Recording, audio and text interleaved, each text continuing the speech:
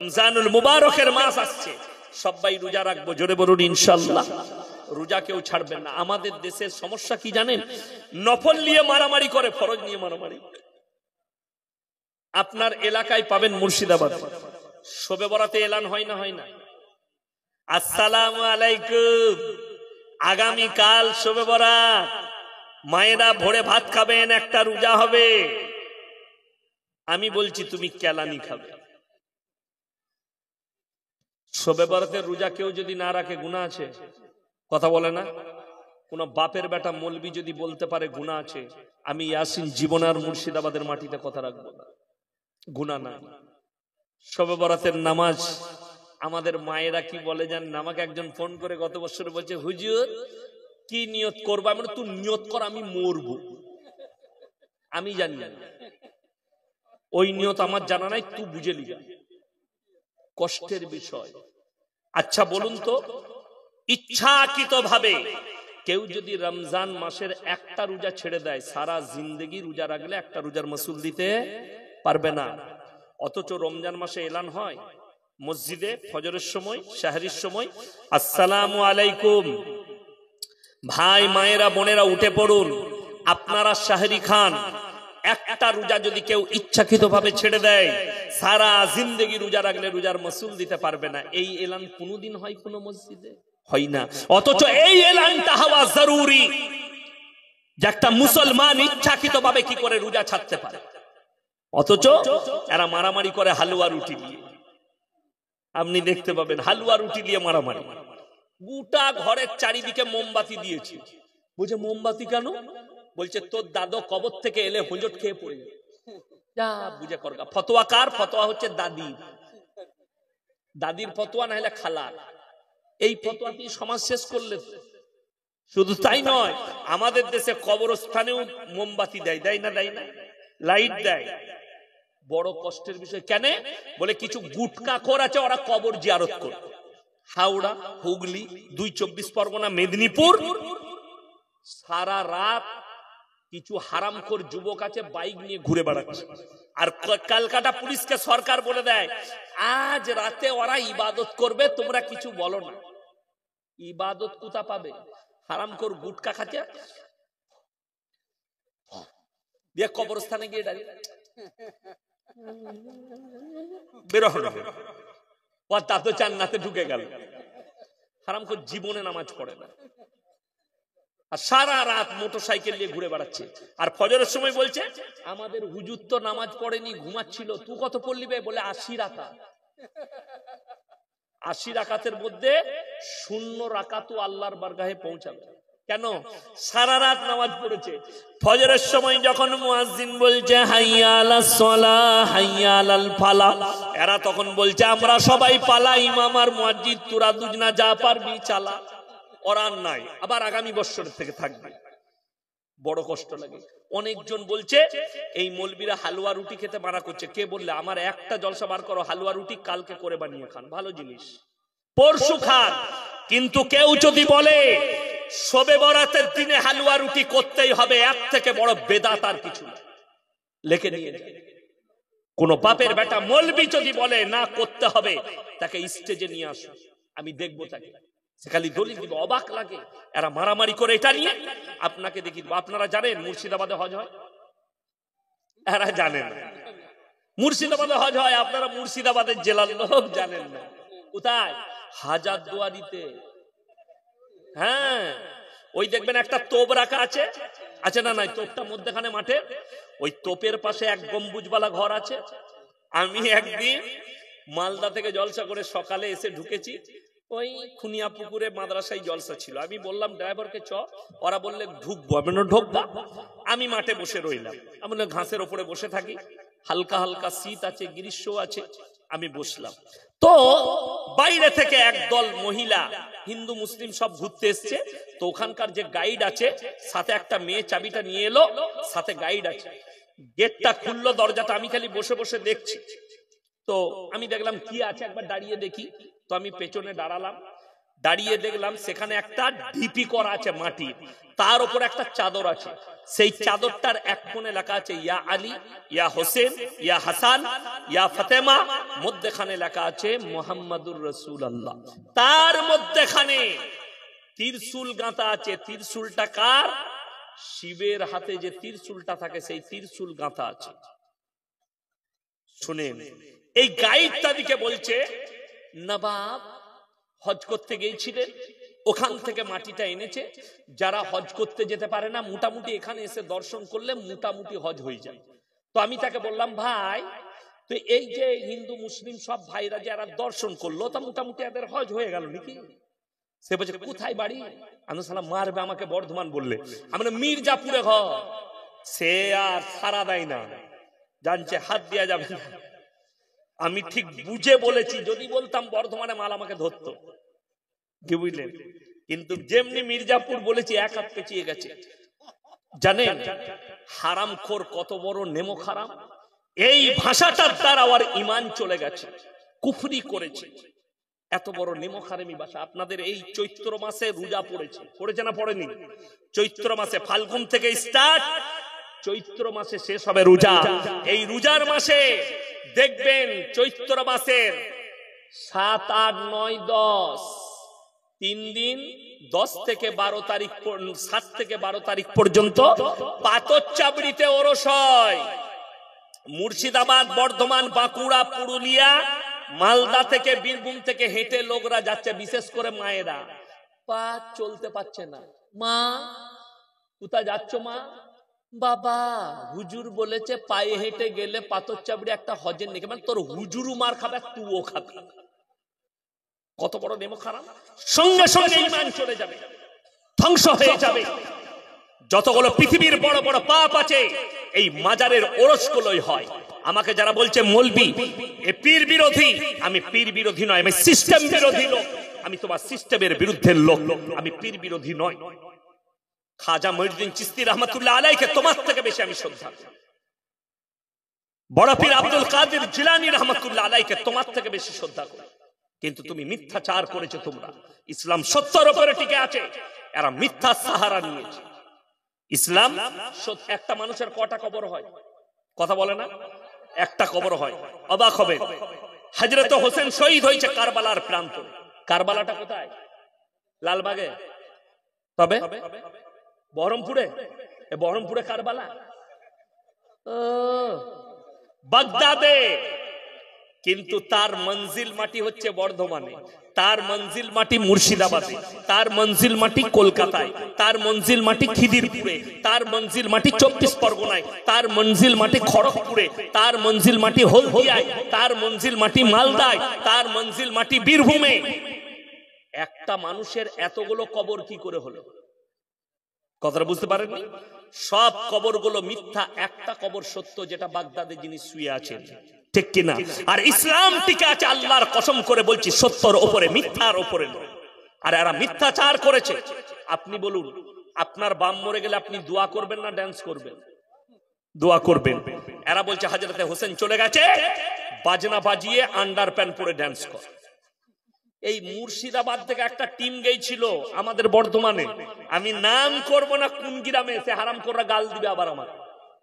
ওই জন্য কোন এক গ্রামে গিয়েছিল। শুনে বলছেন মুর্শিদাবাদ থেকে একজন বাবা এসছেন, একজন বড় অলি এসছে বাবা, সে আগুনের ওপরে চলবে, কিন্তু মাল একদিনও নামাজ পড়ে না। বড় কষ্ট লাগে, নামাজ এক ওয়াক্ত পড়ে না, আগুনের ওপরে চলবে। কবে? মুহররমের দিনে। আমাকে বলছে আগুনের ওপরে মুসল্লা বিছিয়ে নামাজ পড়বে 2 রাকাত নফল। হারামখোর ফরজ নামাজ পড়ে না, আগুনের ওপরে 2 রাকাত নফল পড়বে। ভাবতে পেরেছেন কত বড় ভণ্ডামি? বড় কষ্ট লাগে। আমাকে একজন আমাদের গ্রামের ছেলে বন্ধু হয়, ইয়াসিন ভাই তোমরা কেমন হলে, তোমরা আগুনের ওপরে মুসল্লা বিছিয়ে নামাজ পড়তে পারবে না? অমুক গ্রামে দেখে এলাম আগুনে। আমি শোন, আগুনের ওপরে মুসল্লা বিছিয়ে নামাজ পড়া যাবে কখন জানিস?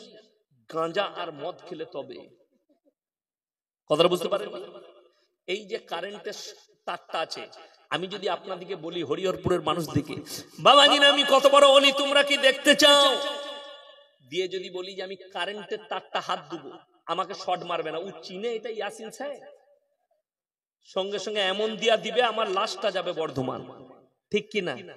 ও চিনে না। আচ্ছা, কেউ সাপের গর্তে যদি বিসমিল্লাহ বলে হাত ভরে, সাপ চুমু খাবে না কামড়াবে? কামড়াবে। এ হারামখোর দিকে কে বুঝাবে? আগুনের ওপরে নামাজ পড়াটাই হচ্ছে পাপের কাজ। আমি আল্লাহর কসম খেয়ে বলে যাচ্ছি, পৃথিবীর কোন মৌলবি রাসূল সাল্লাল্লাহু আলাইহি সাল্লাম এবং তিনার একজন সাহাবীর যদি একটা দলিল দিতে পারে যে আল্লাহর নবী সাহাবীরা আগুনের উপরে মুসল্লা বিছিয়ে নামাজ পড়েছে, আমি জীবনে আর সমাজের বুকে কথা বলবো, চ্যালেঞ্জ এটা। কিন্তু অবাক লাগে, দুঃখ লাগে, মিথ্যাচার করছে, মিথ্যাচার। ইসলামকে মজাক বানিয়েছে। তোমার বাপ মরে গেলে মিলাদ পড়াবে, তোমার বাপ মরে গেলে কোরআন খানি করবে, তোমার বাপ মরে গেলে দোয়া, তোমার বাপ মরে গেলে কালমা খানি।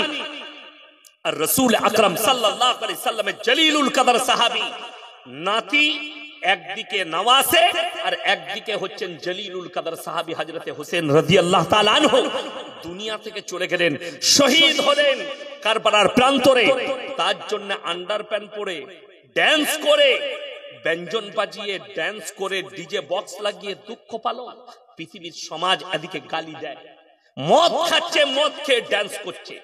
যদি যত দুঃখটা কোথায় বলে দিই, আমি 2 বছর আগে মেদিনীপুরের আপনার ওই জায়গাটার নাম হচ্ছে চন্দ্রকোনা টাউন, ওই চন্দ্রকোনা টাউন থেকে রাত্রে জলসা করে ফিরছি। তখন রাত 1টা বাজে, বর্ধমান টাউন ঢুকবো, পার করব। হাই রোডে আমাকে পেরুতে হয় না। আমি যখন মেদিনীপুর থেকে আসি, তেলিপুকুর থেকে ডান দিকে আমি হাইওয়ে ধরে নিই, হাইওয়ের ওপরেই আমার বাড়ি, দিল্লি রোডের ওপরে। গাড়ি দেখলাম একটা ট্যাঙ্কারে আগুন লেগে গেছে, অ্যাক্সিডেন্ট হয়ে। আমাকে প্রশাসন বাবুরা বললে, স্যার আপনি ভেতর দিয়ে চলে গিয়ে নবাব হাটে উঠে পড়ুন। আমি ঘুম ছিল চোখে, আমি ঘুমিয়ে গেছি। ড্রাইভার ঢুকিয়েছে, করজেন গেট দিয়ে ভুল করে ঢুকিয়ে ফেলেছে। কিছু দূর গিয়ে গাড়ি দাঁড় করিয়ে আমাকে উঠেছে। কি হলো রে? হুজুর সামনে সব মুসলিম যুবকরা ড্যান্স করছে, মদ খেয়ে, ছেলে মেয়ে একসাথে, সব মাথা। আমি টুপিটা লাগালাম, গাড়ির ভেতরের লাইটটা জ্বালালাম। যাই হোক, যাতে মাতাল হলো, একজনের তাল ঠিক ছিল। ইয়াসিন হুজুরের গাড়ি পার করিল, কি হইলেন? তো এত কষ্টের সঙ্গে পেরুলাম, বিশ্বাস করুন, গাড়ির উপরে কেউ পড়ে যাচ্ছে, কোন মহিলা টলছে, ছেলে মেয়ে নাংটা ড্রেস পরে একসঙ্গে ড্যান্স করছে, আর তাদের হাতে কালমা লেখা টানা, কালমা লেখা ঝান্ডা। আগামীতে বলে দিচ্ছি আপনাকে, এরা 12ই রবিউল আউয়ালের নামে রাস্তাঘাটে জিনা করবে। পৃথিবীর যতগুলো পাপ আছে, সব পাপ পাথর চাবড়ির মেলাতে হয়। আমাদের এলাকায় আমি বলেছি, শুনবেন, কারুর যদি বউ নিয়ে কেউ পালিয়ে যায়, কোথাও না খুঁজে পেলে পাথর চাবড়িতে খুঁজে পাবে, ওখানে রুম ভাড়া পাওয়া যায় থাকার জন্য। আমাদের এলাকায় যতগুলো বউ মানুষ পালিয়ে গেছে, তাদেরকে সবাইকে প্রশাসন খুঁজে পেয়েছে কোথায়? না পাথর চাবড়ি। চ্যালেঞ্জ ছুড়ে বললাম, এটা আমি মিথ্যা কথা বলি নাই, বানানো গল্প বলি নাই। আমার ভাই, আমি কোন পীরের বিরোধী নই, আমি আদের সিস্টেমের বিরুদ্ধে। আমি অবাক হবেন, এখানে হাজী সাহেব কেউ থাকলে হাত তুলে। উমরা কে কে করে এসছেন? এই তো হাজী সাহেব আছে, আপনি নাকি? আর কে আছেন? হাত তুলেন না। একজন আপনি আছেন? হ্যাঁ। মক্কা থেকে মদিনা 470 কিলোমিটার রাস্তা, একটাও মাজার পেয়েছিলেন? একটা মাজার নাই। আমার বাড়ি থেকে আপনাদের এখানে 220 কিলোমিটার রাস্তা, 220,000-এর বেশি মাজার আছে। ভারতে 1 লাখ মাজার পাবেন, 95,000 মাজারে মাল নাই, ফাঁকা, খালি বাজার চলছে। আমি দলিল দিয়ে দেব, বড় কষ্ট লাগে। আপনাদের এখানে এই ইসলামপুর না কোথায় একটা আমদানি না জামদানির বেটা আছে, আমাকে প্রতিনিয়ত গাল দেয়। ওর নাম রেখেছে আমদানি। ওগুলো আমদানি কোথা থেকে যে হয়েছে আল্লাহ ছাড়া কেউ জানে না। আমদানি গুলো এরা শিরক আর বেদাতের মধ্যে ডুবে পড়ে আছে। আল্লাহ এদিকে হেফাজত করুক। কমকে ধ্বংস করে দিলে এরা গোটা পৃথিবীতে বেদাত ছড়িয়েছে। গোটা ভারত, বাংলাদেশ আর পাকিস্তানে যত বেদাত ছড়িয়েছে, এর সমস্ত পাপের দায়ী হচ্ছে আহমদ রাজা বেরেলভী। সমস্ত পাপের দায়ী। ইয়ে আমাদিকে কাফের বলে, কিন্তু গোটা পৃথিবীর বড় বড় মুহাক্কিক উলামায়ে দ্বীনরা আহমদ রাজা বেরেলভীকে কাফের ফতোয়া দিয়েছে। বড় কষ্ট লাগে। আমি কেউকে কাফের বলতে আসিনি। আমার ভাই, দুঃখটা এক জায়গায়, সবাই নিজেকে শিরক আর বেদাত থেকে বাঁচাবো, জোরে বলুন ইনশাআল্লাহ। আল্লাহর কাছে যতগুলো পাপ আছে সব থেকে নিকৃষ্টতম পাপ হচ্ছে শিরকের পাপ। শিরকের পাপ হচ্ছে নিকৃষ্টতম পাপ। আল্লাহ ইচ্ছা করলে সব গুনাহ ক্ষমা করবেন, ইন্না শিরকা লাযুলমুন আযীম। কেউ যদি জেনে বুঝে শিরক করে সেই পাপ আল্লাহ ক্ষমা করবেন। আমার ভাই, দুঃখ তো এইটাই যে আপনি দিন বুঝতে পারেন না। আজকে গল্প গুজবে গোটা দেশটা, আমাদের স্টেজগুলো গল্প গুজবে ভরে গেছে, সমাজ গল্প গুজবে ভরিয়ে দিয়েছে। আপনি কি করে দিন খুঁজে পাবেন? দিন শেষ হয়ে গেছে। নামাজের দাওয়াত নেই, রোজার দাওয়াত নেই, সুদের বয়ান নেই। আরে ঝাড়খণ্ডের একটা জাহাঙ্গীর বলে গুটকাখোর আছে, সে বলছে ব্যাংকের যে সুদ পাওয়া যায় ইন্টারেস্ট সেটা হালাল। যা বুঝে কর। আমি বললাম যত সুদের টাকা ওকে পাঠা, ইন্টারেস্টের টাকা। আজকে মাজারের নাম করে রাস্তায় গাড়ি দাঁড় করিয়ে চাঁদা করছে, গাড়ি আটকে বলছে মাজারের ওরস আছে। আরে আমার গাড়ি আটকে ছিল আহমদপুর আর বোলপুরের মধ্যেখানে। কি ব্যাপার? হুজুর ওরস করব, চাঁদা দেন। আমি বললাম ওরসে কি হবে? বললে অনেক দূর দূরান্ত থেকে লোক আসবে, যারাই আসে তাদের মনের বাসনা কামনা পূরণ হয়, আমরা তাদেরকে তাবাররুক খাওয়াবো। এমন যদি ওইখানে চাইলে সব পাওয়া যায়, তা গাড়ি কেন আটকাচ্ছিস? ওইখানে গিয়ে বল বাবা তোমার নামে ওরস করব, টাকা দাও, উই তো দিবে। অবাক লাগে। আপনি বোম্বেতে চলে যান। আচ্ছা বলুন, আমার আব্বাজির বয়স এখন 80 বছর। কত বললাম? 80। আপনারা মোবাইলে দেখছেন উনি 1 ঘন্টার বেশি বায়ান করেন, কিন্তু গলা ওই রকমই আছে, ঠিক কি না? মোবাইলে দেখলে বুঝতে পারবে। তো আমার আব্বাজি যদি এখন বলে বাবা ইয়াসিন আমি যদি মারা যাই আমার কবরটা পানির মধ্যখানে দিবি, দেয়া যাবে? কেন? আমাকে কি ভাবতে হবে? আমাকে কোরআনের দিকে ফলো করতে হবে। কোরআনে আছে, এটা সবাই শুনে যান, নসিহত। তোমার বাম্মায়ের জন্য অনেক সময় বৃদ্ধ মা, আপনার মা বৃদ্ধ হয়ে গেছে, বাবা বৃদ্ধা হয়ে গেছে, আপনাকে বলল বাপ তোর বউ না আমাকে ভাত দেয়নি, কিন্তু বাস্তবই দিয়েছে, বাস্তবই দিয়েছে। কোরআন বলছে মানুষ যখন বয়স হয়ে যায়, বৃদ্ধকালে চলে যায়, খেয়ে বলে খাই নাই, শুয়ে বলে শোই নাই। আমার নানিজি 40 বছর আমাদের বাড়িতে ছিল শেষ জীবনে। তো মা মুড়ি দিয়েছে, হাতে মুড়ি আছে, তারপরও আমাদেরকে বলছে আমাকে মুড়ি দেয়নি, কিন্তু হাতে আছে মুড়ি, খাচ্ছে, কিন্তু বলছে দেয় নাই। তখন আমার আব্বাজি বললে আরে এটা কোরআনে আছে, সবারই এই দিন পড়ে আছে। তো আমাকে ভাবতে হবে আমার আব্বাজি একটু ভুল বকছে, কবরস্থানেই দাফন করতে হবে। আমি খালি চিন্তা করি কোন পাগল ছাগলে পানির মধ্যখানে হাজী আলী বাবার কবর দিতে গেছি বোম্বেতে, পানিতে। এই কবরটা কোন পাঁঠা দিয়েছিল, আমি খালি মনে মনে ভাবছি। যদি তার বেটা দিয়ে থাকে তার থেকে বড় গর্ধব আর পাঁঠা আর কেউ নাই পৃথিবীতে। বড় কষ্ট লাগে। আর আমি বলে যাচ্ছি মাজারটা ভেঙে দেন। এ বলছে পীর সাহেব কবরে জীবিত আছে। হাজী আলী বাবার মাজার ভেঙে যদি কোনো বাবাকে বার করতে পারো যে বাবা জীবিত আছে, বাবাকে জীবিত নয়, বাবার লাশটা যদি বার করে দেখাতে পারো, আমি ইয়াসিন আর সমাজের মুখে কোনোদিন কথা বলবো। গুজরাটে দাঙ্গা হয়েছিল না হয় 2002? আমি তখন ওই গোতরা কাণ্ড যখন গুজরাটে দাঙ্গা হয়, আমি মাদ্রাসা জামিয়াতুল কিরাত কাফলেতার ছাত্র, আমি তখন পড়াশোনা করি গুজরাটে। 2002 আমি বোম্বে চলে গিয়েছিলাম সেই সময় পালিয়ে। ওখান থেকে 225টা মাজার ভাঙা হয়েছিল, একটা মাজার থেকেও পীর বিরোই নাই, খালি ইট আর পাটকেল বেরিয়েছিল। 225টা মাজার ভাঙা হয়েছিল, একটাও মাল বেরোই নাই, সব ফাঁকা, খালি বাজার চালিয়ে। আমার ভাই ওই জন্য 5000 টাকার চাদর চড়িয়েছে, बाबा हमको बच्चा दे दो, बाबा हमारा कारोबार में बरकत दो, बाबा हमको पैसा दे दो। আর সে যখন মাজার থেকে বেরিয়ে আসছে, হাজী আলী বাবার মাজারের বাইরে দুদিকে ভিখারিরা বসে আছে, আল্লাহকে নাম দে দে। ও জানে মাজারে মাল নাই, পকেটে তোর টাকা আছে। এখন যদি ইনি যদি আমাকে বলে ইয়াসিন ভাই আমাকে 10 টাকা দেন, আমি বার করে দিতে পারবো না? পারবো না? কথা বলে, বেঁচে আছি আমি, দিতে পারবো। আমি যদি মরে যাই আর ই যদি আমাকে বলে 10 টাকা দেন, পারবো দিতে? ইনাকে আমার পকেট থেকে বার করে নিতে হবে, আবার দিবার ক্ষমতা নাই। অবাক হয়ে যাবেন, আমার আব্বাজি পায়ে একটু অসুস্থ, চলতে পারেন না, ধরে ধরে নিয়ে যায়, মোটামুটি চলে, ধরে ধরে নিয়ে যায়। এই জুম্মার দিনে হেঁটে যায়, ছেলেরা দুদিকে 4টা ছেলে থাকে, ধরে ধরে মসজিদকে নিয়ে যায়। গ্রামের মসজিদকে একটু হেঁটে যেতে হয়। তো আমাদের দেশে পীর সাহেব মরার আগে চলতে পারতো না, শুয়ে, কিন্তু মরে যাওয়ার পরেই বলছে হুজুরের পাওয়ার বেড়ে গেছে, যা বুঝে করগা। কবরে কষ্টের বিষয়। যদি কবরে সিজদা করা জায়েজ হতো, সর্বপ্রথম আল্লাহর রাসূলের কবরে জায়েজ হতো। কবরে চাদর চড়ানো জায়েজ হলে এদিকে বলে দাও তোমাদের মতো টেনার চাদর নয়, রাসূলের কবরটা আসমান পর্যন্ত হিরে মতি মুক্ত চাদরে ঢেকে যেত।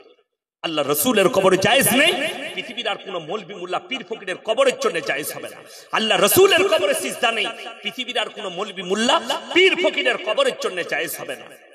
আমার ভাই, আপনাদেরকে অনুরোধ করে বলে যাচ্ছি, সবাই নিয়ত করলেন আমরা শিরক থেকে বাঁচবো। জোরে বলুন ইনশাআল্লাহ। শিরক আমাদের দেশে, আমি গ্রামটার নাম করব না, বয়স্ক মহিলারা, আচ্ছা মানুষ মরে গেলে কিছু খাবার খায়? আপনারা কবরস্থানে দিয়ে এলে কিছু খেতে পারবে? খেতে পারবে না। শুনেলেন খালার হাদিস আর দাদির হাদিস, ছেলের বিয়ে হচ্ছে, পুতার বিয়ে হচ্ছে পুতার, এরপর বিরিয়ানি রান্না হয়েছে ওয়াগা রয়্যাল চালের, নান পরোটা চিকেন চিল্লি। ই বলছে দাঁড়া, লোককে খাওয়াবি না। বলে কেন? ওই তেঁতুল গাছ তলায় বুড়ো পীর সাহেব আছে, তাকে আগে দিয়ে আসতে হবে। দাদি এখন প্লেটে করে নিয়ে গিয়ে বলে পীর সাহেব খাবে বলে গাছতলায় নামিয়েছে। দাদি চলে এলো, খাচ্ছে কে? কুকুরে। কে খাচ্ছে বললাম? কুকুরে। চেটে পুটে খেয়ে নিয়েছে। দাদি গিয়ে বলছে বাবা পীর সাহেব একদম সুন্নত আদায় করে খেয়েছে। আমি বললাম ওই পীর সাহেব খাইনি, তো কুকুরে খেয়েছে। ও খেয়েছে ও। আশ্চর্যের বিষয়, মানুষ কুকুরে খেলেও বলছে পীর সাহেব খেয়েছে। আপনারা বলছেন আমার এলাকায় পীর সাহেব মারা গেছে, পীর সাহেবের মাজার হয়েছে, তার বাড়িতে কুকুর ছিল, কুকুরটা মারা গেছে, তারও একটা মাজার করে তারও ওরস হয়। জোরে বলুন নাউজুবিল্লাহ। এটা আমি গল্প বলিনি। যদি আপনি আসেন, আমি আপনাকে গাড়ির ভেতরে বসে থাকবেন, চুপচাপ নিয়ে গিয়ে সেই গ্রাম থেকে ঘুরিয়ে নিয়ে আসবো। আমি গ্রামের নাম একবার খালি বলে দিয়েছিলাম যে আমার গলসি থানায় এমন একটা গ্রাম আছে, বীরভূম জেলার জলসায় বলেছিলাম আজ থেকে 4 বছর আগে, তা তারা রাস্তাঘাটে এখনো গালি দেয়। আমি খালি বলেছিলাম একজনের বিয়ে হয়েছে, সে গেছে শ্বশুর বাড়ি। আমাদের দেশে 8 মংলা বলে, আপনাদের কি বলে? অষ্টমংলা। ওই আমাদেরও অষ্টমংলাও বলে। তো ছেলে এখন অষ্টমংলা করতে গেছে, সে তো প্রথম দিনে গেছে অষ্টমংলা করতে। রাতের বেলায় বউকে বলছে মুদ লেগেছে, ঘরে তো পেশাবখানা নাই, তো বলছে তোমাদের ওই ঘরের কোণে মুতে, তো বলে না ওখানে একজন পীর সাহেব আছে। সালা ফের ঘরের বাইরে ওইখানেও একটা ঢিপি করা আছে, বলে না ওইখানেও মকদুম বাবা আছে। বলছে তাহলে পুকুরের পাড়ে, বলে না বাবা রে, ওখানে খেপা বাবা শুয়ে আছে, ওখানে আবার মুতে নাকি। বলে তাহলে মাঠে যাই, বলে না মাঠে যাও না, ওইদিকে আবার খুড়া বাবা শুয়ে আছে। ই বললে গোটা গায়ে পীর শুয়ে আছে, শালা মুদবো কোথায়, রাতের বেলায় পালিয়েছে। এইটা বলার পরে তারা খালি বাজারে, আমার বাজারে গলসি বাজারে খালি গাল দিয়ে বেড়াচ্ছে আমাকে। উপায় নাই, বলার ক্ষমতা নাই, বড় কষ্ট লাগে। আমার ভাই, যারা আল্লাহর যে ক্ষমতা আছে সে ক্ষমতা পৃথিবীর যদি আর কারুর মনে হয়, তা এর থেকে বড় শিরক আর কিছু নাই। যদি বলেন কোরআনের দলিল দেন, কোরআনটা লেন তো, খুলেন 17 পারা। নাই, কোরআন হচ্ছে 17 পারা। যারা হাফিজে কোরআন আছে তারা জানবেন, একবারই শেষ পৃষ্ঠা। কোন পৃষ্ঠা বললাম? শেষ পৃষ্ঠা, শেষ রুকু। ইয়া আইয়ুহান নাসু যুরিবা মাসালুন ফাসতামিউ লাহ ইন্নাল্লাযীনা তাদউনা মিন দুনিল্লাহি লা ইয়াখলুকু দুবাবান ওয়ালা বিজতামাউ লাহ ওয়া ইয়াসলুবুহুমুদ দুবাবু শাইয়ান লা ইয়াস্তানকিদুহু মিন। হে আমার নবী বলে দাও পৃথিবীর মানুষকে, তোমরা আল্লাহ ছাড়া যাদের কাছে ভালো মন্দ চাইছো তাদেরকে একবার জিজ্ঞেস করো, তারা একটা মাছি পর্যন্ত সৃষ্টি করতে পারে না। মাছি সৃষ্টি অনেক দূরের কথা, মাছি যদি তাদের কাছ থেকে কোনো জিনিস ছিনিয়ে নিয়ে যায়, সেটা উদ্ধার করার মতো ক্ষমতা নেই। তারা হচ্ছে শক্তিহীন, আর আমি আল্লাহ হচ্ছি শক্তিশালী। মহাকুম্ভ মেলায় পদপিষ্ট হয়ে অনেক মানুষ মারা যায়, সেই দুর্ঘটনা থেকে বাঁচাতে মসজিদে আশ্রয় দিয়েছে মুসলিমরা, এই বিষয়ে কিছু বলুন। দেখুন, আমরা যে দেশটাই বাস করছি এটা হচ্ছে সেকুলার দেশ, হিন্দু মুসলিম। আমরা একটা ছোটবেলায় ছড়া পড়েছি, এখনকার ছেলেরা পড়েনি, আমরা পড়েছি। যারা আমার সাথে পড়েছে, আমার 39 বছর বয়স ঢুকেছে এই বছরে। কত বললাম? 39। আমাকে সেই দিনে একজন বলছে, হুজুর আপনার 60 বছর বয়স। আমি বললাম না, 85। আমরা খ্যাপা, এখনো আবার বিয়ে দেওয়া হবে। আমি এই 39-এ পা দিলাম। বলছে হুজুর বুঝতে পারিনি। এমন আমার গালগুলো থেকে বুঝতে পারছি না, খ্যাপা। এই দেখতে আমি আমাদের ছেলের বয়সী, 39 বছর বয়স। তো যাই হোক, আমরা পড়েছি আমাদের ছোট গায়ে ছোট ছোট ঘর থাকি, সে তা সবে মেলে নাহি কেউ পর, পাড়ার সকল ছেলে মোরা ভাই ভাই, একসাথে খেলি আর পাঠশালায় যাই, বন্দে আলী মিয়ার লেখা। ঠিক বলিনি? লেখকের নাম এখনো মনে আছে। সেই ছড়াটা তখন যখন পড়তাম অনুভব করতাম। কেন? আমাদের প্রতিবেশী, বন্ধু বান্ধব, হিন্দু মুসলিম সব একসাথে। আমার ক্লাস ফ্রেন্ড অনেক জনের নাম মনে পড়ে। এখন আমার বন্ধু আছে, ফুচকা বিক্রি করে, সুনীল দাস। মাদ্রাসার সামনে আমি যখন বাড়ি থেকে আসি আমাকে বলে, হুজুর ভালো আছেন? কোথায় জলসা? একটা খেয়ে যান, বিসমিল্লাহ করে যান। এখনো বলে। তার নাম সুনীল দাস, আমার ক্লাস ফ্রেন্ড। এক টেবিলে বসতাম দুজন পাশাপাশি। এইরকম আমাদের এই ভারতবর্ষ হচ্ছে হিন্দু মুসলিমের দেশ। হিন্দুদের নেতা হোক আর মুসলিমদের নেতা হোক, কেউ যদি বলে যে তোমরা মুসলমানের সঙ্গে উঠা বসা করো না, জানবেন সে হচ্ছে 1 নম্বর দাঙ্গাবাজ। সে যে বাবাই হোক, তাতে বাগেশ্বর ধাম বাবা হোক আর যেই হোক। धीरेंद्र शास्त्री बोलेছিলেন, मुसलमान का एंट्री माना है, बाबा को ढूंढो और कहो कि आज ऐसा दिन आया कि मुसलमानों ने अपने मस्जिद में ठहराया। এত বড় ভিড়ে একটা ঝোঁকা এসছে, বহু লোক মারা গেছে। তাদের জন্য দুঃখ প্রকাশ করছি যে এটা আমাদের দেশের জন্য একটা দুঃখজনক। বাকি অনেক মানুষ আটকে আছে। আমি মোবাইলে দেখছিলাম, বেনারস থেকে 500 কিলোমিটার হাইওয়ের উপরে জাম হয়ে আছে, যেটা দিল্লি রোড, সেটা জাম লেগে আছে। বহু মানুষ ঢুকতে পারেনি। কেউ 250 কিলোমিটার দূরে বাংলার অনেক মানুষ আছে, অনেক মেয়ে ছেলে মেয়ে আটকে আছে। আমি বলবো তাদেরকে আল্লাহ উদ্ধার করুক, বলুন আমিন। এটা আমাদের দেশের স্বার্থের বলছি, এটা আমাদের দেশের ভালোবাসা, মহব্বত, ভ্রাতৃত্ব। তোমরা একে অপরের সঙ্গে মহব্বত করো। দেখুন, যদি আমাদের ব্লাড ব্যাংক হয় না, হয় না ক্যাম্প, ব্লাড ব্যাংকের ক্যাম্প হয় না, প্রত্যেকটা ক্লাবের হয়, জলসার হয়, হয়। আচ্ছা, আমরা বলে দিই যে এই রক্তটা মুসলিম দিকে দিবে, অন্য কেউ কি দিবে না? কিংবা কোনো হিন্দু ভাইরা ক্যাম্প করলে বলে দেয় এটা মুসলিম দিকে দিবে না, শুধু হিন্দু দিকে দিবে? না। কেন? আমাদের রক্ত এক, লাল। রক্তটা এই জন্য দেওয়া হয় সেবার জন্য। আপনার রক্ত একটা হিন্দু ভাইয়ের শরীরে যাবে যদি সে বিপদে পড়ে, একটা হিন্দু ভাইয়ের রক্ত আপনার শরীরে আসবে যদি সে বিপদে পড়ে। অর্থাৎ আপনাকে মাথায় রাখতে হবে যে আমরা একে অপরের জন্য, কোন মৌলবি যদি বলে এদের সঙ্গে মিশো না, এই দেশটার নাম সেকুলার দেশ। আপনার পাশে থাকলে রাসূলের হাদিসটা শুনে যান, তোমরা মুমিন হতে পারবে না ততক্ষণ যতক্ষণ পর্যন্ত তোমার কাছ থেকে তোমার প্রতিবেশী সুরক্ষিত নয়। তোমার বাড়ির পাশে কে বসবাস করছে দেখো না, সে দলিত হোক, আদিবাসী হোক, খ্রিস্টান হোক, হিন্দু হোক, সে যদি ক্ষুধার্ত হয় খাবার দাও, বস্ত্রহীন হলে বস্ত্র দাও, বিপদে পড়লে পাশে দাঁড়াও। আমার খুব মনে পড়ে রমজানুল মুবারকের মাস, আমার হাইওয়ের ওপরে ঘর, আমাদের ওখানে একটা পারাজ মোড় বলে একটা জায়গা আছে, সেখানে শিবের মাথায় জল ঢালতে আসছিল কোথায়, তারকেশ্বরে। একটা বাস অ্যাক্সিডেন্ট হয়, বাসটা পাল্টি করে। আমাদের গ্রামের ওই পারাজের আর পুরসার ছেলেরা, যুবকরা রোজা না খুলে সমস্ত মানুষকে উদ্ধার করে গাড়িতে তুলে হসপিটালে পৌঁছেছে।